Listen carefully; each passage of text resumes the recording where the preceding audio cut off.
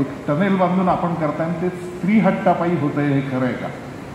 जोझीला नाही म्हणजे वहिनींनी इच्छा व्यक्त केली होती आणि नाही, माझ्याकडे फार चांगलं आहे. मी आणि नरेंद्र मोदी एका विचारायचो आहोत की आमदाराच्या पोटातून आमदार तयार नाही झाला पाहिजे, खासदाराच्या पोटातून खासदार नाही तयार झाला पाहिजे, मंत्र्याच्या पोटातून मंत्री नाही तयार झाला. हां, याचा अर्थ कोणाचा मुलगा असणं गुन्हा नाही.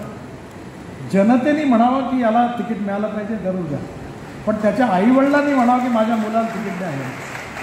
आणि त्याच्यामुळे वाईटपणा मी BJPचा अध्यक्ष असताना अनेक वेळा घेतला. मोदीजी या बाबतीत कठोर आहे, पण माझ्या घरी चांगला आहे. माझे कोणी मुलं राजकारणात नाही, ते कोणाला माझा परिचय सांगत नाही. माझी पत्नी आहे, तिचं फील्ड वेगळं आहे.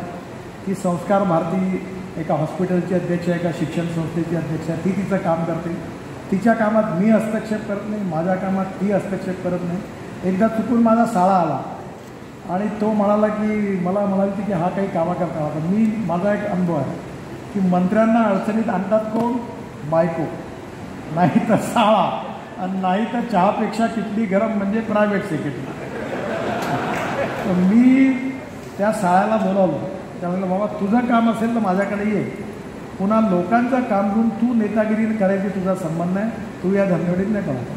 मग ते जोझीला हे वहिनींनी काहीतरी असं की मला सरळ नाही, आम्ही पाहायला गेलो होतो. काय झालं की जोझीला तुम्हाला सगळ्यांना विनंती आहे की स्वित्झर्लंडपेक्षा सुंदर आहे. म्हणजे श्रीनगर आणि लद्दाख आणि लेह याला जोडणारा रस्ता आहे तो. आणि लद्दाख लेहपासून मनालीपर्यंत मी आता एक टनेल बांधली, अटल टनेल. ती 8 मिनिटात होते, 3.5 ते रोहतांग पासच्या खाली 3.5 तास लागतात, ते आता 8 मिनिटात झालं. आणि तिथून 4 टनेल बांधणार लद्दाख लेहला. आणि लद्दाख लेहवरून एक शेडमोड टनेल आहे, ती आता पूर्ण होते आहे, ती मोठी आहे खूप. आणि जोझीला ही 14 किलोमीटर आहे आणि आशिया खंडातली सगळ्यात मोठी, आशिया खंडातली. आणि तिथे समोरून असं पाहिलं तर आपलं बाबा अमरनाथचं दिसतं वरती. आणि तिथे इतकं सुंदर, मला ते ॲडव्हेंचर स्पोर्ट, 5 स्टार हॉटेल आणि खूप चांगलं टुरिझम डेव्हलप. मी तिथल्या गव्हर्नरशी बोललो आहे आणि माझी इच्छा आहे की लोकांनी स्वित्झर्लंडपेक्षा तिथे इतकं बर्फ पडतो आहे आणि -6 डिग्री आहे.